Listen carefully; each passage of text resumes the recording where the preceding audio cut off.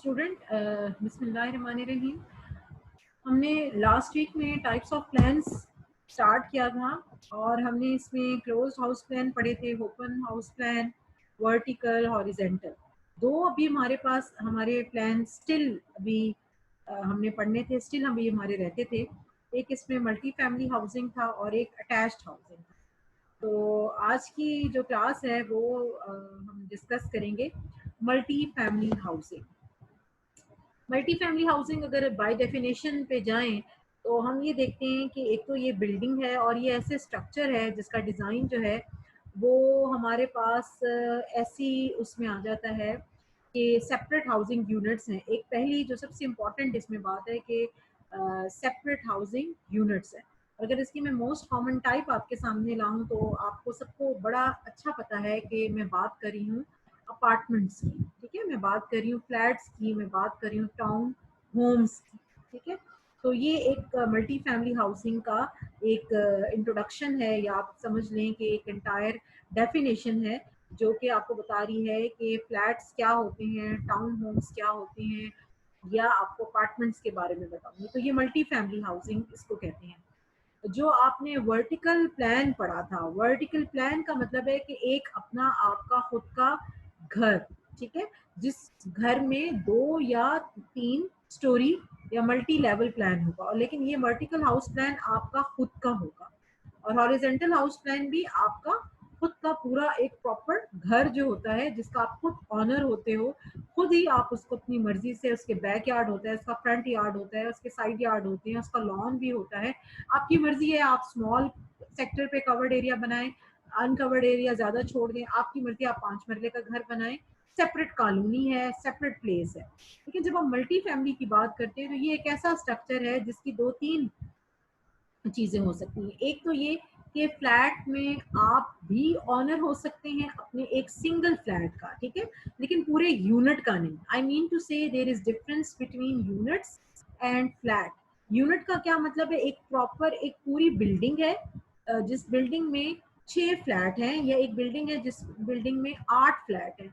वो 8 फ्लैट की जो एक बिल्डिंग है उस पूरी कॉलोनी में वो 8 फ्लैट की बिल्डिंग एक बिल्डिंग नहीं है। अब मैं बात करूंगी 12 बिल्डिंग्स की, ठीक है। एक पूरी कॉलोनी है, फ्लैट कॉलोनी, उसका या मल्टी फैमिली हाउसिंग कॉलोनी। उस कॉलोनी में 12 बिल्डिंग्स है, 12 बिल्डिंग्स हैं। हर बिल्डिंग में 8 या 6 यूनिट्स हैं। उन यूनिट्स को आप फ्लैट भी कह सकते हैं, उन यूनिट्स को आप टाउन होम्स भी कह सकते हैं, और उन यूनिट्स को आप अपार्टमेंट्स भी कह सकते हैं, ठीक है। अब जो वो बिल्डिंग है वो अच्छा, उसको बिल्डिंग भी कहेंगे, उसको हम यूनिट्स भी कहेंगे। हम कह सकते हैं कि एक कॉलोनी में 20 यूनिट्स हैं और 20 यूनिट में हर यूनिट में 8, 6 या 8 फ्लैट्स हैं। और वो एक फ्लैट जो है वो किसी एक पर्सन का भी हो सकता है। मुझे कहते हैं कि ओन्ड बाय। अब पूरा यूनिट जो है वो पूरा यूनिट, यानी वो जो एक बिल्डिंग है जिसमें 8 या 6 फ्लैट है, वो पूरे एक पर्सन के नहीं हो सकते, लेकिन उसमें से एक फ्लैट एक पर्सन का हो सकता है, या फिर वो पूरा यूनिट ही परचेज कर ले। ये भी हम इसको भी कहेंगे कि ये भी एक प्रॉपर तरीका है अपने ऑनर का अपनी प्रॉपर्टी बनाने का, ठीक है। लेकिन वो उस सूरत में होगा जब उस कॉलोनी के जो ऑनर है वो आपको ये चीज आपको करने दे, या आपको ये चॉइस दे दे, या हर कोई इस कॉलोनी में अपना अपना फ्लैट बना ले, या हर उस कॉलोनी में अपना अपना यूनिट बना ले। अब मुझे ये सारे बच्चे बताएं कि अब आप यूनिट्स में और फ्लैट्स में या कॉलोनी में अब आप डिफरेंशिएट कर सकते हैं? मैम यूनिट्स को दोबारा बता दें। अच्छा, यूनिट्स का क्या मतलब है? जैसे मैं दोबारा बता रही हूँ, एक कॉलोनी है, मल्टी फैमिली हाउसिंग की एक कॉलोनी है, उस कॉलोनी में 20 यूनिट्स हैं। 20 यूनिट्स का क्या मतलब है कि 20 बिल्डिंग्स हैं, जिस जो कि triple building, multi level building भी हो सकती है या ट्रिपल स्टोरीज भी हो सकती है, ठीक है। First story, second, ground story, first story, second story. जैसे आप अपने उसकी बात करें, हमारा न्यू कैंपस है। अब इस न्यू कैंपस में ये कॉलोनी है या न्यू कैंपस एक मल्टी मल्टी एजुकेशन बिल्ड वो है, लैंड है, ठीक है, मल्टी एजुकेशनल बिल्डिंग है। अब उस मल्टी एजुकेशनल बिल्डिंग में आप देख रहे हैं कि डिफरेंट ब्लॉक्स हैं, उन डिफरेंट ब्लॉक्स को हम यूनिट्स भी कह सकते हैं, ठीक है। हर ब्लॉक जो है उसमें 3 या 4 स्टोरी है, ठीक है। उसमें जो एक स्टोरी है, एक डिपार्टमेंट है, उसको एक स्टोरी दी गई, तो एक एक डिपार्टमेंट का एक अपार्टमेंट हो गया, ठीक है ना। तो यूनिट्स इस तरह से भी हम बता सकते हैं कि यूनिट्स एक एक ब्लॉक भी होगा, जिस ब्लॉक में 3 स्टोरीज होंगी और 3 स्टोरीज में 8 फ्लैट्स होंगे या 6 फ्लैट होंगे। यानी कि ये भी हो सकता है कि एक ग्राउंड अगर आपके 8 होने हैं तो उसका क्या मतलब है कि 8 होने का मतलब है कि डबल स्टोरी हाउस है या ट्रिपल स्टोरी हाउस है, तो उसमें 8 कैसे होंगे, नीचे 3 होंगे ग्राउंड लेवल पे, ऊपर 3 होंगे और 2 उसके बिल्कुल फर्स्ट या सेकंड फ्लोर के ऊपर, ठीक है। इसी तरह से हम 4 भी कर सकते हैं कि 2 नीचे फिर 2 ऊपर फिर 2 ऊपर और फिर 2 ऊपर, यानी कि 4 लेवल वाली बिल्डिंग है और उसमें 4 लेवल्स में 2-2 अपार्टमेंट्स हैं और वो टोटल हो गए 8 अपार्टमेंट्स।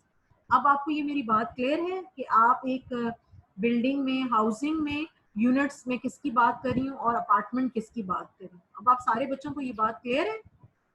Yes ma'am. अब आप देखें कि जो ये सारे आपके यूनिट्स हैं या वो पूरा एक यूनिट यानी कि वो एक ब्लॉक, वो उसकी ऑनरशिप भी किसी एक पर्सन के पास हो सकती है या फिर सिर्फ एक फ्लैट की भी ऑनरशिप किसी एक पर्सन के पास हो सकती है। It depend upon the area to area. आवाज आ रही है, कट कट के आ रही है।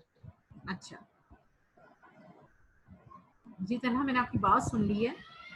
मैं कोशिश करूंगी कि मेरी आवाज़ अब ना कटे। बिल्कुल मैंने विंगल अपने पास रखी हुई है कि आपको आवाज़ बहुत अच्छी जाए। एनीवे आई थिंक सो मेरी आवाज़ क्लियर होगी। क्लियर है तनहा? मैम आपकी आवाज क्लियर आ रही है, तलहा की भी आवाज कट रही थी, प्रोबेबली उसका अपना इंटरनेट जो है ना वो वीक है। Okay, this is again, thank you Michelle. This is again multi family housing scheme के बारे में एक डेफिनेशन आ रही है। It is again another definition. It is a classification of housing where multiple separate housing units for the residential inhabitant or contained within or one building or several buildings within one complex, ठीक है। अब इसमें क्या बात बता रहे हैं, इसमें बता रहे हैं कि एक तो सेपरेट हाउसिंग यूनिट्स भी हो सकते हैं एक रेजिडेंशियल एरिया में, या हम ये कह सकते हैं कि डिफरेंट बिल्डिंग्स हों और उन बिल्डिंग्स में बहुत सारे यूनिट्स या कॉम्प्लेक्सेस हों, ठीक है। यूनिट्स कैन बी या complexes can be next to each other, side by side units, ठीक है। वो जो एक ब्लॉक है, वो जो एक कॉम्प्लेक्स है, वो जो एक यूनिट है, वो या तो नेक्स्ट टू ईच अदर होगा या साइड बाय साइड होगा, ठीक है। ये उसकी फॉर्मुलेशन है कि ब्लॉक बिल्कुल साथ साथ होंगे या एक दूसरे के ऑपोजिट होंगे। A common form is apartment building. Many intentional communities incorporate multi-family residence such as in co-housing project. इसको हम co-housing project भी कहते हैं या multi-family housing scheme भी कहते हैं। एग्जाम्पल्स पर आ जाए। एग्जाम्पल्स क्या क्या है कि ये कहाँ कहाँ पर ऐसे फ्लैट्स या ऐसे अपार्टमेंट्स या ऐसी मल्टी फैमिली हाउसिंग या ऐसे ब्लॉक्स कहाँ कहाँ पे आपको मिलती है। तो ये मिक्स्ड यूज बिल्डिंग है। एक बात ये कमर्शियल में भी होगी, बिजनेस में भी इसमें आएंगे, ऑफिसेज भी ऐसे होंगे, जहाँ कहीं पे भी आप इसको बिल्डअप करना चाहें रेजिडेंशियल एरिया के अलावा तो यू कैन बिल्ड इट, ठीक है। और अगर अपार्टमेंट की कम्युनिटी भी अगर आप देख लें जिसमें बहुत सारे अपार्टमेंट्स हैं, एडजॉइनिंग वॉल है, एडजॉइनिंग लैंड्स हैं, तो ये भी एक हो सकती है। और उसमें क्या होगा कि ग्राउंड लेवल के ऊपर ऐसी सच बिल्डिंग्स में एक चीज शेयर होती है, और वो क्या चीज शेयर होती है, ग्राउंड, उनके ग्राउंड्स, उनके पूल, उनके पार्किंग एरियाज, उनके क्लब हाउसेस, ये सब चीजें उनकी आपस में शेयर होंगी। अब मैं आपको बता रही थी कि फ्लैट्स क्या होते, फ्लैट्स जो हैं उनको हम कॉन्डोमिनियम भी कहते हैं। I repeat, condominium. कॉन्डोमिनियम का क्या मतलब है, it is a similar to an apartment but independently saleable. जैसे मैंने आपको बताया कि ये कॉन्डोमिनियम जो है इसमें एक क्वालिटी है कि ये इंडिपेंडेंट, आप इसको किसी को भी सेल कर सकते हैं। यानी कि एक बिल्डिंग है, एक ब्लॉक है, उस ब्लॉक में या एक यूनिट है या एक कॉम्प्लेक्स है, ठीक है। कॉम्प्लेक्स, ब्लॉक, यूनिट, तीनों चीजें एक बिल्डिंग की बात करें जिस बिल्डिंग के ऊपर 3 स्टोरीज हैं और हर स्टोरी के ऊपर 2 घर हैं, ठीक है, 2 सेपरेट घर हैं। तो ऐसी बिल्डिंग में जो सिंगल अपार्टमेंट है वो आप उसको सेल कर सकते हैं अगर वो कॉन्डोमिनियम के रूल्स एंड रेगुलेशंस में आता है। अदरवाइज आप उस हमारे फ्लैट्स में जो पाकिस्तानी कल्चर है उसमें आप एक फ्लैट ओन नहीं कर सकते, लेकिन आप उसको रेंट आउट, आप रेंट पे ले सकते हैं, लेकिन आप उसको ओन नहीं करते थे। हाँ, ये भी पॉसिबिलिटी है कि आप अगर ओनर है, आप खुद नहीं रह रहे, तो आप उसको रेंट आउट कर लें या किसी को सेल कर दें। तो अगर आप सेल करने की पॉसिबिलिटी, यानी कि पूरा ब्लॉक आपने सेल नहीं किया, उसमें से एक अपार्टमेंट आपने किसी को सेल कर दिया, जैसे बाहर की कंट्रीज में होता है, जैसे कनाडा में, अमेरिका में ये बहुत कॉमन है, उसको हम कहते हैं कॉन्डोमिनियम, ठीक है। इसके एडवांटेजेस क्या हैं इस तरह के घरों की? एक तो मैं आपको सबसे पहले बताऊं कि रोमन एम्पायर थे जिन्होंने ये अपार्टमेंट्स बिल्ड किए थे, 7 to 8 स्टोरीज तक वो लेके गए थे। और ये उन जगहों पर होता है जहाँ पे लार्ज सिटीज होती हैं, जो बड़े शहर होते हैं वहां पर आपको ये चीजें मिलेंगी। और जहाँ पे पॉपुलेशन बहुत ज्यादा है, लैंड बहुत एक्सपेंसिव है, और वहाँ पे घरों की पॉपुलेशन इतनी ज्यादा है, इतनी लिमिटेड प्लेस है कि आप वहाँ पर हर कोई अपना एक बड़ा घर नहीं बना सकते। उस ऐसी जगह पर आप प्रेफरेबली फ्लैट्स को लेकर आएंगे, यानी कि आप घरों को हॉरिजेंटली बढ़ाने के बजाय, क्योंकि हॉरिजेंटली अगर आप घरों को बड़ा कर रहे हैं, एक घर नहीं बन रहा, 20,000 घर बन रहे हैं हॉरिजेंटली, आप सोचिए कितनी लैंड उसमें यूज हो रही है, लेकिन कितनी प्लेस उसमें यूज हो रही है। लेकिन अगर आप वही चीज बना रहे हैं, वही घर 20,000 घर अगर आप फ्लैट्स में बना रहे हैं, तो आपको सोचें उसमें कितनी लैंड जो है वो प्रिजर्व होगी। तो ये इसके प्लस पॉइंट है, ये इसमें एक वे है। और वहां पर भी ये चीज लैंड, वहां पर भी ये चीज होगी जहां पर एक्सपेंसिव लैंड्स होती हैं या घर प्लॉट जो होते हैं वो बहुत महंगे होते हैं, तो एक बंदा वो पूरा प्लॉट नहीं ले सकता। फिर उसमें ये होता है कि 10-12 लोग मिलकर एक जगह खरीदने और उसमें पूरी मल्टी फैमिली हाउसिंग स्कीम जो है वो इस्टेब्लिश करें, और हर एक का अपना अपना अलग अलग फ्लैट हो जाएगा, उसका अपना जाती घर भी या फ्लैट एक ही बात। Okay, come to disadvantages. जैसे हर चीज की एडवांटेजेस होती हैं, इसी तरह से मल्टी फैमिली हाउसिंग के भी कुछ डिसएडवांटेजेस हैं। इसमें सबसे पहले है विंडो में फेस 1 और 2 डायरेक्शन। जाहिर सी बात है स्टूडेंट, एक सिंपल सी बात है कि आपके पास इतनी चॉइस नहीं होती, क्योंकि प्लॉट इतना बड़ा नहीं होता, इतनी बड़ी बिल्डिंग नहीं होती, तो उस बिल्डिंग में आपको विंडोज की जो फेस है, यानी कि आपके घर में जो विंडोज होंगी उनकी फेस 1 डायरेक्शन पे होगी या 2 डायरेक्शन पे होगी। ज्यादा मोस्टली वो 1 डायरेक्शन, यानी कि सारे कमरों में घरों का जो घर सारे घरों में जो कमरे का साइज और शेप होगी उसमें विंडो सिर्फ एक तरफ ही आएगी, ठीक है। यानी कि अगर आपने लेफ्ट साइड पर ही विंडोज बनाई है तो पूरे घर में लेफ्ट साइड पर होंगे। उसका मसला क्या होगा, उससे क्या होगा, उस डायरेक्शन से एब्सेंस ऑफ क्रॉस वेंटिलेशन होगी। फिर समर सीजन में आपको, क्योंकि मल्टीपल स्टोरीज हैं, आपको मोर एयर कंडीशन चाहिए, यानी कि एनर्जी भी बहुत ज्यादा अब आपकी लगेगी। प्राइवेसी भी आपकी कम है, क्योंकि आमने सामने घर है, आपकी आवाज उनकी आवाज वो भी होगी। Absence of outdoor living areas, ये भी मैंने आपको बताया। लिविंग एरियाज जैसे नीचे मैंने आपको बताया कि एक ग्राउंड होगा, एक ही पार्क होगा जो उन सारे लोगों ने मिलकर उस सारी जगह को शेयर करना होगा। तो आउटडोर की एक्टिविटीज के लिए आपका सेपरेट लॉन नहीं होगा, बल्कि कॉमन लॉन होगा, जो सारी बिल्डिंग्स वाले, सिर्फ आपकी बिल्डिंग नहीं, बल्कि आपका ब्लॉक नहीं, बल्कि आपके साथ जो बहुत सारे और ब्लॉक होंगे उनके दरमियान एक ही ग्राउंड होगा जो सब लोगों ने यूज करना होगा। लेकिन अब इस चीज को किसी हद तक उन्होंने ओवरकम किया है कि जो न्यू मल्टी फैमिली ड्यूलिंग्स उन्होंने बनाए हैं उसमें ये प्रॉब्लम किसी हद तक उन्होंने सॉल्व किए कि हर फ्लैट के साथ उनको एक टेरेस दे दिया है, उनको आउटडोर डेक्स दे दिए हैं, और कुछ सी हद तक बालकनीज दे दी हैं जिसमें वो अपनी एक्टिविटी, अपनी सेपरेट एक्टिविटी किसी हद तक कर सकती हैं। Is it clear student? ये वाला टॉपिक क्लियर है सब बच्चों को मल्टी फैमिली हाउसिंग का? Yes, ma'am. Clear. Yes, ma'am. Yes, ma'am. Okay okay. Next हमारा, ओके जी, नेक्स्ट है अटैच्ड हाउसिंग। अटैच्ड हाउसिंग को हम कहते हैं row houses, town houses, garden apartment. Multi family housing और अटैच्ड हाउसिंग में जो चीज़ डिफर है बच्चों, वो ये है कि ये एक आपके सामने एक पिक्चर है। मैं चाह रही थी कि पिक्चर थोड़ी सी बड़ी हो जाए तो आप बच्चों को बहुत अच्छी सी नजर आ जाए। मैं ट्राई करती हूँ अगर ये बड़ी हो सकती है। Can you see this picture on your screen? Yes, ma'am. Yes, ma'am. Zoom भी हो जाएगी. जूम इस वक्त नहीं हो रही, आई डोंट नो, ये क्योंकि मैंने नो इसको मैम, एडिट। सारे स्टूडेंट्स की स्क्रीन खुद से वो कर सकते हैं, जूम हो अच्छा, जाती होती चलें है। जी, ठीक है ठीक है ठीक है जी, थैंक यू थैंक यू। अच्छा, अगर आप इस अटैच्ड हाउसिंग को गौर से देखें तो आपको, मैं थोड़ा सा इसको छोटा कर देती हूँ ताकि वो पिक्चर के पिक्सेल्स जो हैं वो टूटे नहीं और वो ब्रेक ना हो, तो आपको सबको नजर आ जाए। हाँ जी, अब आप देख रहे हैं अपने स्क्रीन के ऊपर ये अटैच्ड हाउसिंग को? जी ma'am.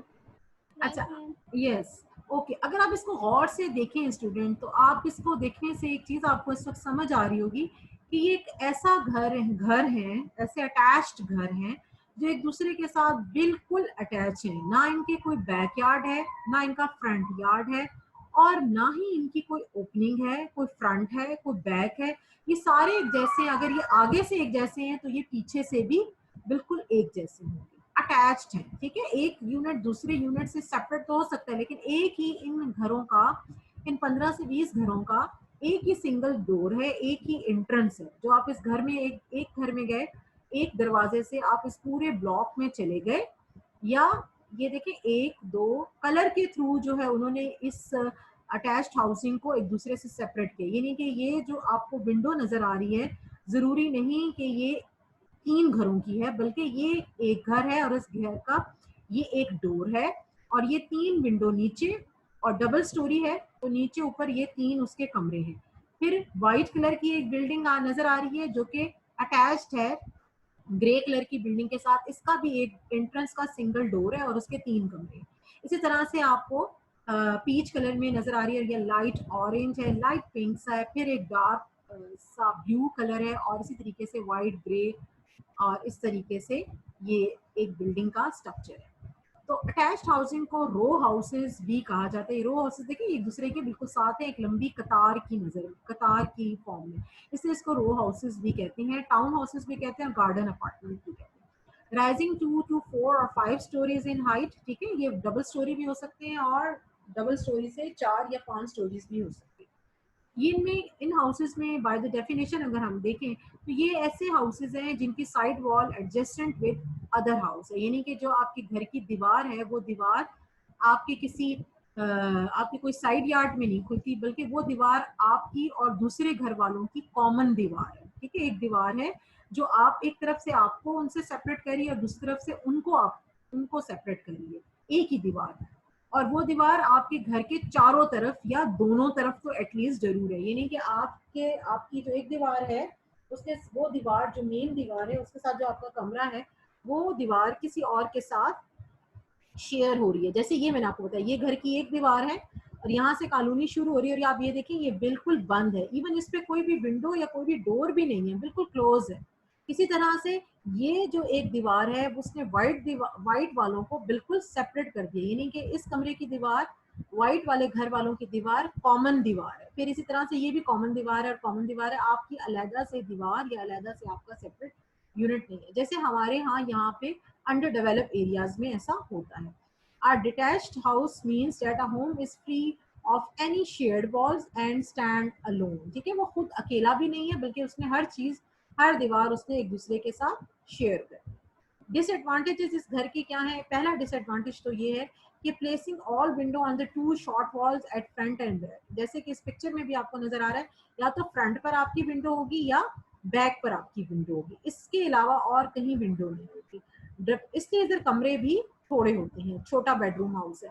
Drive of day light and fresh air, आपको घर में ना ही डे लाइट ज्यादा मिलेगी और ना ही फ्रेश एयर ज्यादा मिलेगी। ठीक है, क्रॉस वेंटिलेशन भी नहीं होगी, जो कि मैंने आपको मल्टी फैमिली के बताए थे। फिर एसीज भी ज्यादा लगेंगे। अगर आप बहुत ही सर्दी वाले इलाके में रह रहे हैं तो जाहिर है कि आपको हीटेड चाहिए, तो वो भी आपको पूरे घर में ही हीट चाहिए। उससे भी आपकी जो एनर्जी सेविंग डिवाइसेस हैं उनका यूज भी बहुत ज्यादा होगा, और जाहिर है कि प्राइवेसी आपकी कम होगी।